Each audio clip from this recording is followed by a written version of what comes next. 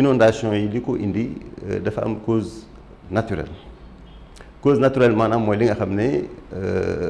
muy taw mënuñu ci dara suñu borom mooy taw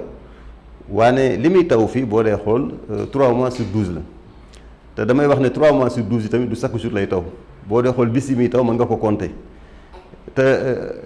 rarement lañ ci am ay taw yoo xam ne taw yu doy waar la yu mën a indi inondation donc taw bi la ak taw bi tamit fii muy wàcc parce que taw dafa am nii lañ ko décomposé dafa am évapotranspiration maanaam li nga xam ne ci garab yi lay wàcc ak ci jaww ji nga xam ne loolu du yegg ci suuf am bu yeggee ci suuf luy infiltré wu jëm ci nappe bi li ci des nag mooy ruisseler liy ruisseler nag loolu mooy indi inondation yi donc su fekkee ne capacité absorption bi infiltration bi dafa faible loolu amatul évapotranspiration bi dafa négligeable donc ndox muy wàcc yëpp day ruisseler loolu da bokk na ci li nga xam ne mooy indi phénomène d'inondation ci aspect naturel yi bon nga jël les causes anthropiques li nga xam ne maanaam ci doomu aadama la nekk mooy par exemple la démographie donc il faut reconnaître par exemple boo jëlee exemple Dakar 1/4 de la superficie 0,3% de la superficie 1/4 de la population concentré leen ci espace boobu donc day nekk loo xam ne day am indi ay jafe-jafe de quoi donc muy une urbanisation mal contrôlée bon parce que ñu ngi génn ci ay années de sécheresse dans les années 80 bi taw bi dikkaatee fekk na nit ñi seen toogaay ni ñu tooge woon jagul ci la quartier spontané yi proliféré quartier irrégulier yi donc yooyu yëpp indi ay jafe-jafe yoo xam ne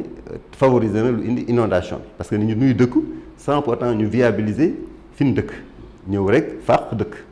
donc loolu maanaam mooy loo xam ne ci wàll démographie bi nga jël aussi ci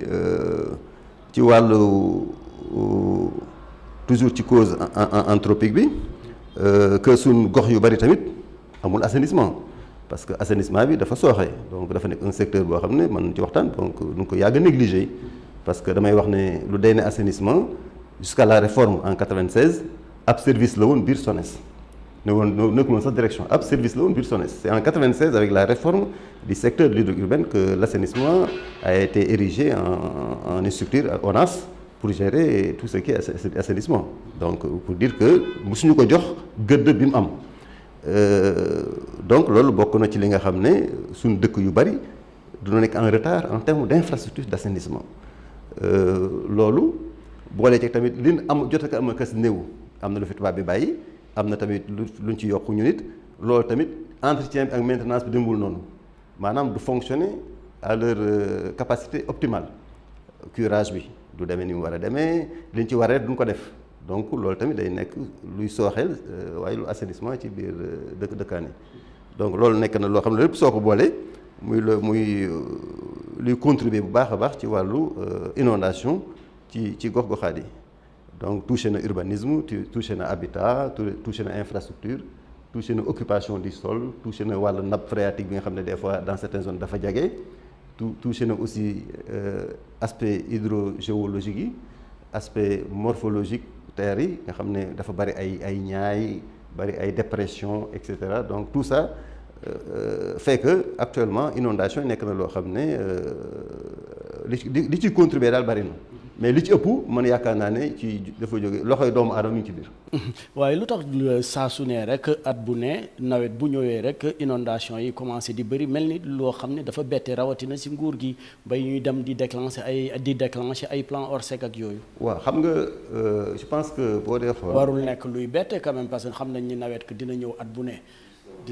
te ba léegi amoon na fi benn programme plan décennal mais ba tey jii li ñu doon dund rek la ñuy dund depuis 12 ans depuis avant 12 ans sax moom la ñuy dund ba fu ñu toll nii. waaw xam nga wàllu inondation je pense que depuis jamonoy Abdoulaye Wade 2005 la taw mi gën a tar ñëpp ñu koy rappelé wu mu def ci ay quand même lu bëree bëri je pense que investir na plan Jaxaay annoncé woon 52 milliards. man j'ai eu la chance donc liggéey ci gox yu bëree bëri ya nga xam ne lan fa def bokk naa ci nga xam ne étudier pratiquement liggéey nañ ci. maa ngi fàttaliku aussi en 2005 amoon nga benn interview boo defoon nga ne woon ni que problème inondation fii si Dakar du loo xam ne dinañ ko régler si teel. effectivement man en 2005 effectivement j'avais dit que la fin des inondations à Dakar n'est pas pour maintenant te fi ma ko tegoon rek parce que yoon woon jëloon pour régler problème inondation yi damay sonné du yoon te malheureusement nag yàlla jox na ma dëgg ma sañoon damay am tort mais bu ma séenee ñu doxal ma xam ne fan jëm du foofu parce que na nga ko doon doxalee du woon loo xam ne mën na joxe résultat donc effectivement état bi investir ci lu bëree bëri donc ci quartier yi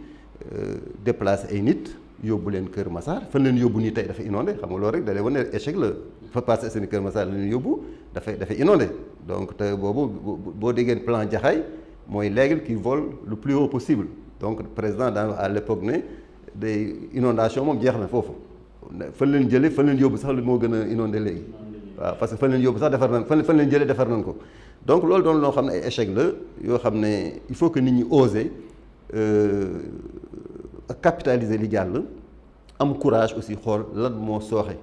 ak nan lañ ci apporter ay solutions bon actuellement ñu ngi wax plan décennal bon def nañ court terme bi moyen terme bon long terme bon ñu ngi ciy wax coow lu bari na dépensé nañ ci lii dépensé wuñu ko bon loolu ñoom ñoo xam mais ce qu'il faut dire c'est que solution yi dafa nekk loo xam ne dafa laal fànn yu bëree bari dafa toucher le secteur de l'assainissement assainissement boo dee xool ñi ci intervenir dafa bari te amul coordination bi ci waram amul boo dee xool ONAS da ci intervenir AGEROUTE mi ngi ciy intervenir APIX mi ngi ciy intervenir ONG yi ñi ngi intervenir agence de développement municipal mi ngi intervenir en fin de compte bon c'est affaire bi sa mbax loolu la il faut que qu'on arrête ñu toog ñu mettre en place une structure boo xam ne duñ koy jox mandat pour mu régler problème inondation yi moi je pense que tant que defuñu loolu duñu plan bu ñu mënta tegit dinañ fi toogaat di ko waxaat résultat yi ñu bëgg duñ ko am wala liñ ciy xaar duñ ko ci am